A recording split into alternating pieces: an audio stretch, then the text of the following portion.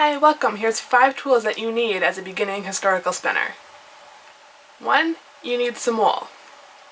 Now, I like to shop my local shepherds and local dyers and find some fun, unique stuff, or, rare heritage breeds.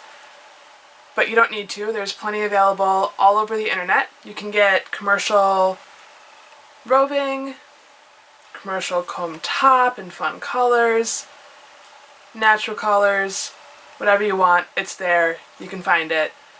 I would recommend that you get the highest quality that you can afford, especially as a beginner, because while it may be very tempting to go and buy whatever cheapest wool you can find, it's going to frustrate you, it's not going to spin easy, it's going to be difficult, and I wouldn't want you quitting because you get frustrated. I also would recommend getting commercially prepared wool.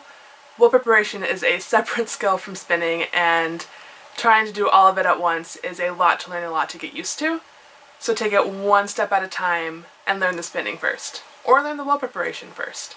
2, you need either a spinning wheel, although those are expensive and can be difficult to get your hands on, or you can use a drop spindle. And again, very simple, very easy, very inexpensive. These are my first 2. And all they are is a dowel with a toy wheel stuck on them.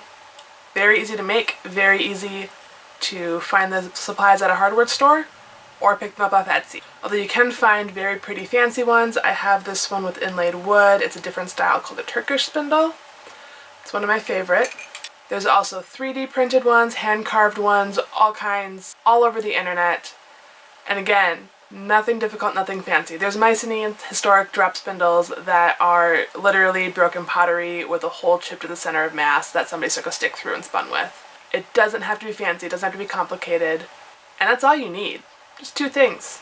But I said 5, so we're going to do a couple more bonus tools.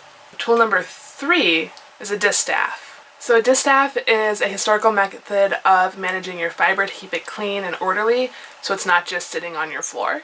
This guy is part of a cage distaff for flax that sits on my flax wheel. And then this part is a distaff that I can use just for wool. And once again, you can find all kinds of fancy, beautiful ones on the internet for purchase. To make your own, really all you need is a stick and a ribbon. And there's plenty of videos here on YouTube showing you how to do that and make your own.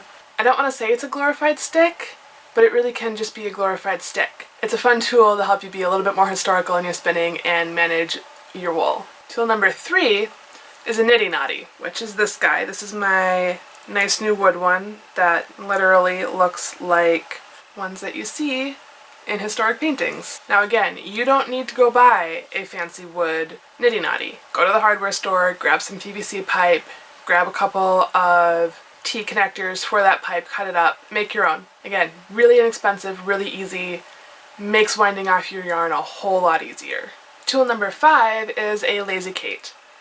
I have 2. I have this guy that has a string for tensioning and bobbin slot over the 3 poles.